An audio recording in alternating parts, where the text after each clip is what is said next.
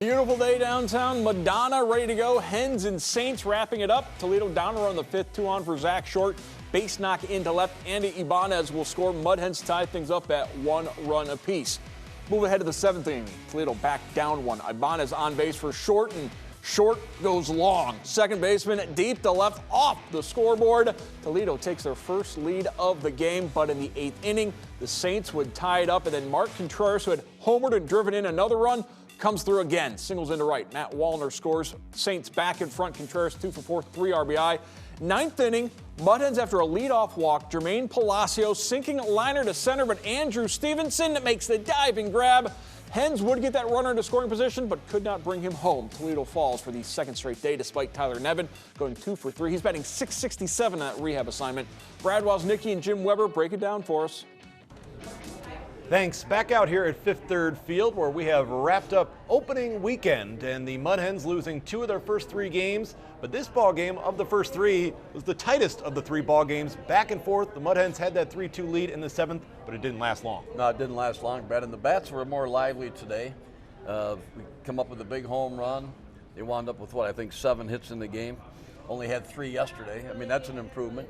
Of course, the Tigers having a rough start, 0-3. The Mud Hens, of course, I think are still going to be a pretty good ball club. There's so many question marks because when you've only played 3 games, you haven't seen everybody. You haven't seen all your pitchers yet. And a lot of these guys aren't going to be loose for maybe a week or 2. Hopefully the weather will be good enough to where they don't have to play in frozen conditions. Right.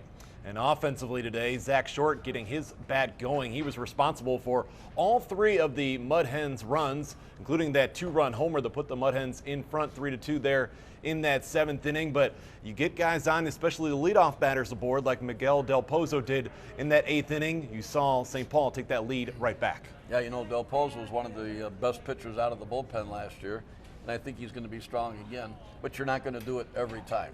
And the St. Paul club looked to me like they've got a pretty good team. They had a lot of home runs here, and normally they're not really a home run hitting team, but if this was any indication, they're going to hit their share. As St. Paul opening weekend, 7 home runs, and now the Mud Hens will go on the road for the first time this season, taking on Omaha. And Omaha right now, things stay the way they are, 3-0 to start the season.